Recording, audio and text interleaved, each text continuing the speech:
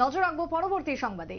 বাংলাদেশে মানব পাচারকারীর সংখ্যা যেন বাড়ছে এই দেশ জুড়ে ধীরে ধীরে। তার মধ্যে অন্যতম হচ্ছে পশ্চিমবঙ্গ। মমতার রাজ্যে ফের একবার 5 বাংলাদেশি মানব পাচারকারী ধরা পড়ল। পুলিশের অভিযানে গ্রেপ্তার করা হয়েছে 10 জন বাংলাদেশি অনুপ্রবেশকারীকে। এই মুহূর্তে পুলিশের কি বক্তব্য উঠে এসেছে এই অভিযান প্রসঙ্গে শোনাবো।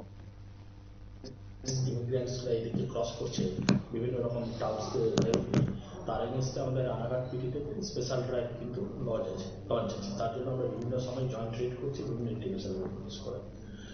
গতকাল হাঁসখালি এবং ধানতলা থানা জয়েন্ট রেড করে, পুরো দিন ধরেই চলে এবং দিন রাত ধরে আমরা বিভিন্ন ইনপুট নিয়ে এসে রেড করা হয়। সেই রেডে টোটাল 15 জনকে অ্যারেস্ট করা হয়েছে, যার মধ্যে 10 জন হচ্ছেন বাংলাদেশ থেকে ইলিগালি ইমিগ্রেটেড হয়ে এখানে এসছে এবং 5 জন হচ্ছেন টাউটস যারা তাদের হেল্প করেছে।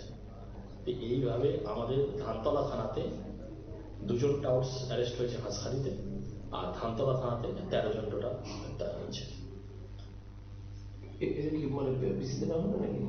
এদেরকে পিসিতে নেওয়া হবে, পিসিতে যারা রয়েছেন টাউটস তাদেরকে নিয়ে ফার্দার জিজ্ঞাসাবাদ করা হবে।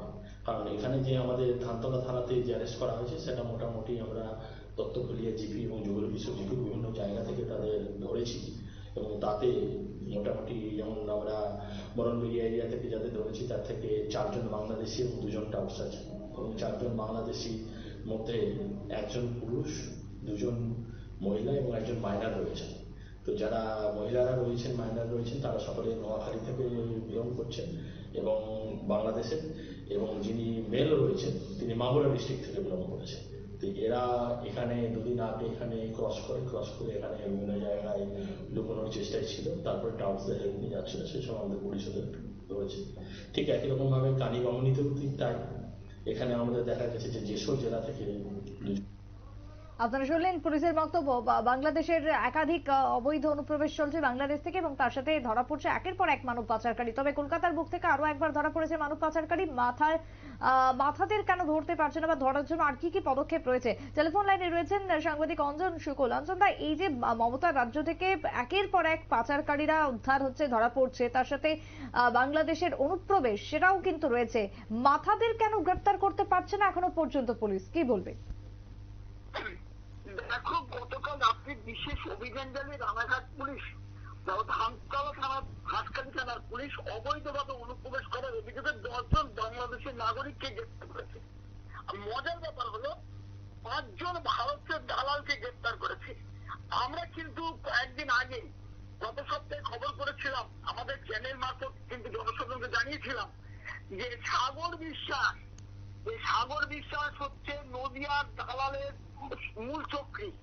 সেই মূল চক্রী গ্রেপ্তার হওয়ার পর তাকে বিভিন্নভাবে পুলিশ জিজ্ঞাসাবাদ করার পর বিভিন্ন জায়গায় যে দালালের চক্র রয়েছে সেই চক্রে কিন্তু সন্ধান পেয়েছে পুলিশ, আর বিভিন্ন জায়গা থেকে হানা দিচ্ছে পুলিশ, আর সেখানেই কিন্তু গ্রেপ্তার হচ্ছে। এখন প্রশ্ন, কিভাবে তারা আসছে? দেখো, এখন শীতকাল, কুয়াশা পড়ছে, আর বিএসএফ সীমান্তে যে পাহারা দিচ্ছে, যেখানে তার কাটা নেই সেখানে এক একটা বিএসএফ এর দূরত্ব প্রায় 500 মিটার। এই 500 মিটার দূরত্বের মধ্যে কিন্তু একটা বিএসএফ তার নজরদারি কিন্তু চালাতে পারছে না, আর এই পথগুলোকেই ব্যবহার করছে তোমার মানে পাচারকারীরা। অর্থাৎ বাংলাদেশের যে সমস্ত পাচারকারীদেরকে নিয়ে আসছে, বাংলাদেশের নাগরিকদের, শুধু কিন্তু হিন্দু নয়, ওখানকার সংখ্যাগুরু অর্থাৎ আমাদের রাজ্যের কিন্তু সংখ্যালঘু, তারাও কিন্তু এই চোরা পথে কিন্তু চলে আসছে।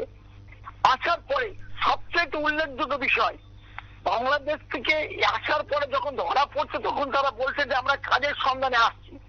আদৌ তা নয়, এপারে এসে তারা কিন্তু জাল আধার কার্ড তৈরি করছে, পাসপোর্ট ভিসা তৈরি করছে। পশ্চিমবঙ্গের যে সমস্ত শাসক দল রয়েছে তাদের প্রত্যক্ষ এবং পরোক্ষ মদত রয়েছে। যদি সেটা না থাকতো কখনোই কিন্তু তোমার রাতারাতি আধার কার্ড তৈরি করা যেত না।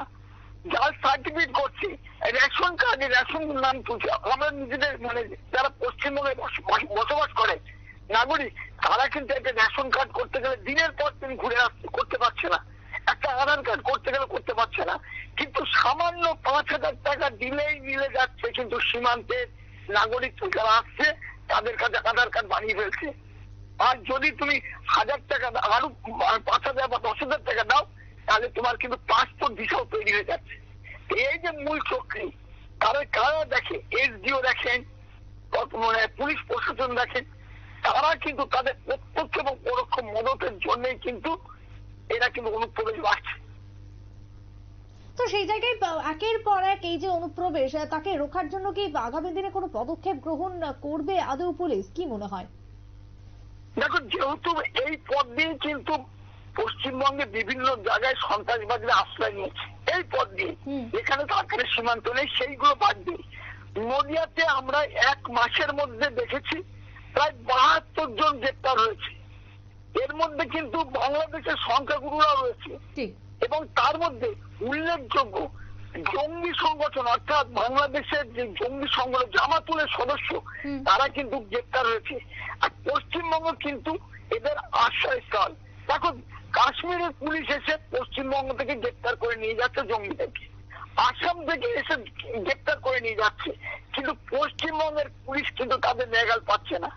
এইখানেই প্রশ্ন, তাহলে সরকারি পুলিশ প্রশাসন জেনে শুনেও কি তারা নিশ্চুপ রয়েছে, না শাসক দলের হাত তাদের মাথায় থাকার জন্য পুলিশ প্রশাসন সেই জায়গায় পৌঁছতে পারছে না? যদি এই অবস্থা চলতে থাকে, সামনের দিন কি অতি ভয়ানক দিন বলে মনে হবে, হতেই পারে। একেবারে তাই, ধন্যবাদ অঞ্জনদা।